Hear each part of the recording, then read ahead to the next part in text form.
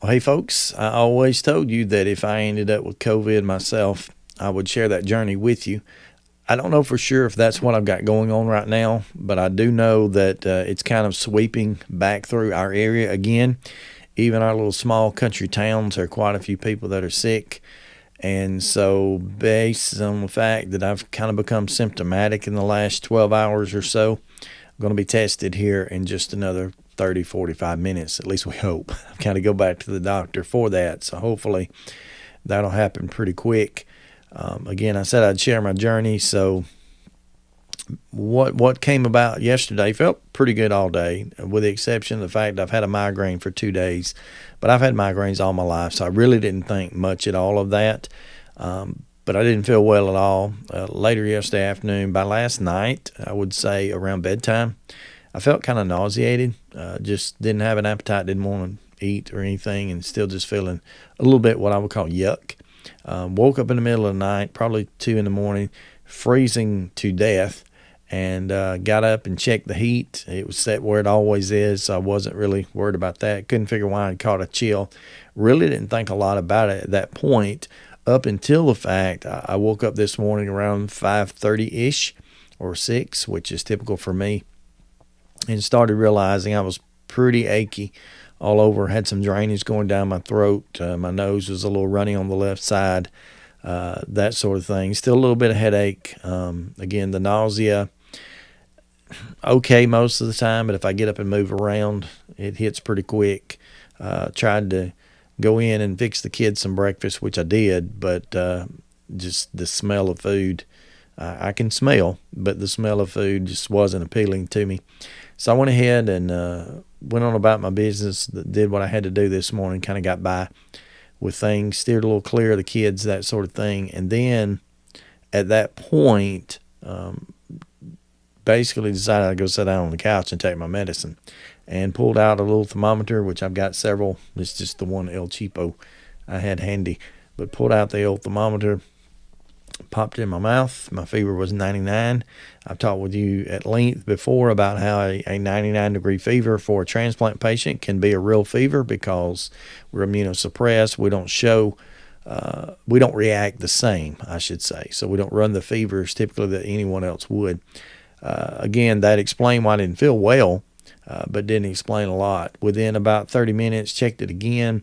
It was up to 100.5. So, yeah, that's even official according to their numbers of 100.4.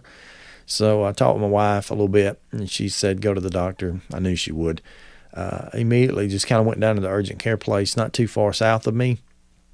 Got there. There was signs on the door about pre-registration. Went online to do that, and was told then that they weren't taking any more COVID tests for today. So left that town, was headed back home, and made a phone call up the road the other direction, north of me, from those two places, 30 minutes. And they said, sure, they had a few slots left, come on. Got up there, got in. It was strange. They let me come in and everything, got in. And the lady said, okay, here's what we got. We got a few time slots left, and yours is 11:30. So that was an hour and a half from when I was there. So I decided to just come back to the house to sit around and rest for a little bit before I go back and get tested for that.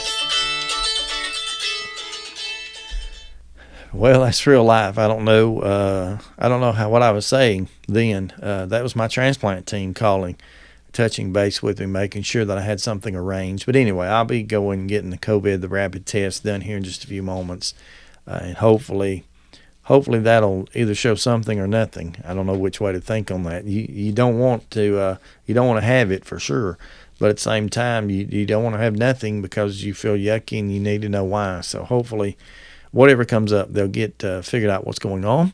At this point, to be honest with you, I've been much sicker in my life, but I will also admit that whatever this is that's jumped on me is jumping on pretty hard and fast, and I'm feeling like I've been run over pretty quickly. So maybe it won't stay that way. More concerned really about my family than I am for me on something like this, but it is what it is. But y'all take care, and I'll keep you updated if anything changes. So I'm back after what seemed to be pretty much an eternity at the doctor today. Not my transplant clinic. I wish it would have been. I was actually at a local urgent care center, supposedly getting a rapid COVID test. Ended up being there about 6 hours, so I was kind of in my mind thinking that I'd be out of quarantine before I got a positive or negative results. As it turns out, surprisingly enough, I was given a positive result. Again, I feel rough. Something's going on, no doubt about it. At this point, thankfully, it's by far not the worst thing I've ever experienced, but I do feel a little rough around the edges, especially from sitting in that old hard chair for as many hours as I did. It was shocking that they didn't really try to quarantine anybody in there, especially not even me. Now, I sat way off from everybody else, but that was by my choosing, not theirs. I just went in and assumed they would send me back out to my car, but they didn't. They told me to have a seat. And for, I think, 2 hours I sat in the lobby and 2 hours I sat in the back. So you can definitely question that, no doubt about it. But right now I'm feeling okay. I'll keep you updated as far as things go. I hope and pray nobody else in the family ends up with anything like this. But so far, so good. So say your prayers tonight for those who are being affected, and for those who have certainly lost a lot so far in this whole ordeal. But thank you, and I'll keep you updated.